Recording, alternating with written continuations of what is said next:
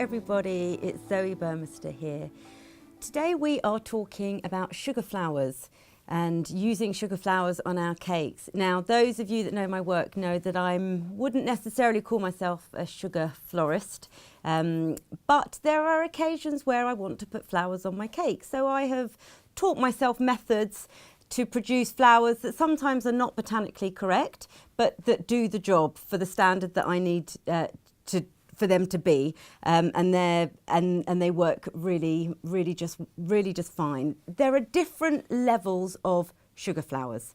The easiest ones generally are unwired, so you can possibly cut them, or I don't know if some of you might have some of those the long rose cutter where you roll up to create the rose.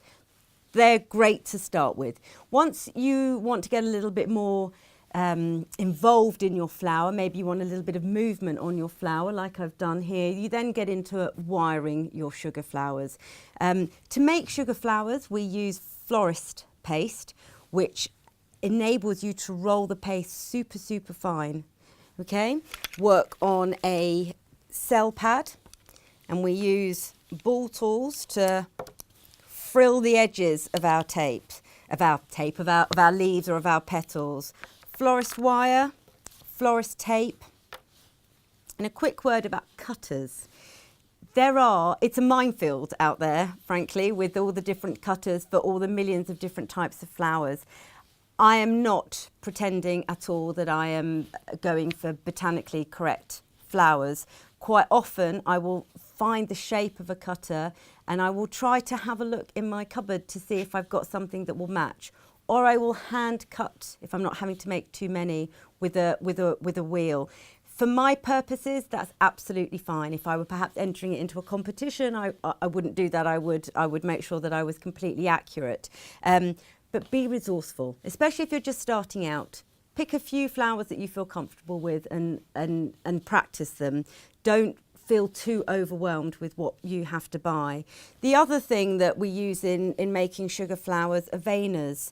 Again, you will get veiners that are specific to each type of flower, right? So if you are making a lily, there are millions of types of lilies, but let's say you're making a calla lily, then you'll get the calla lily cutter, the calla lily veiner, then you'll get the calla lily leaf veiner, right? So it goes on and on and on and on. I have a couple of generic veiners at home. This is a generic leaf one, and this one here is for roses, but quite a versatile one for petals. And I use these, especially for my outer petals, because it just adds a little bit more depth and realism. I'm going to show you in the next tutorial how to make sweet peas, a relatively easy filler flower and a very pretty one to make. Just a quick word before I go about sprays as well. Now, if you know that you want to put a spray onto a cake like I have here, again, think through what you want to do before. Always make a couple extra. Give yourself a choice. But again, with anything, it's about composition, right?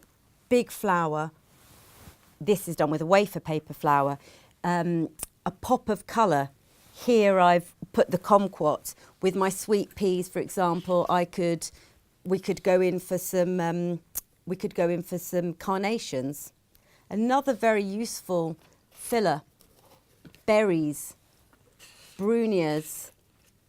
These are fantastic. Very easy to make, little balls on the end of wire.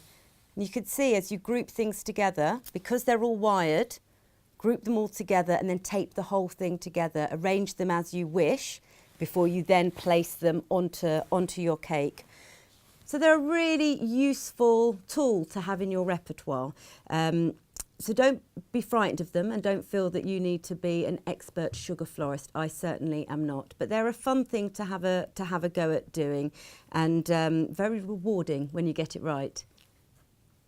If you want to learn how to make these fairly simple sweet peas, then you can go onto the website and have a look at the video tutorial where I'll be showing you step by step how to put them together.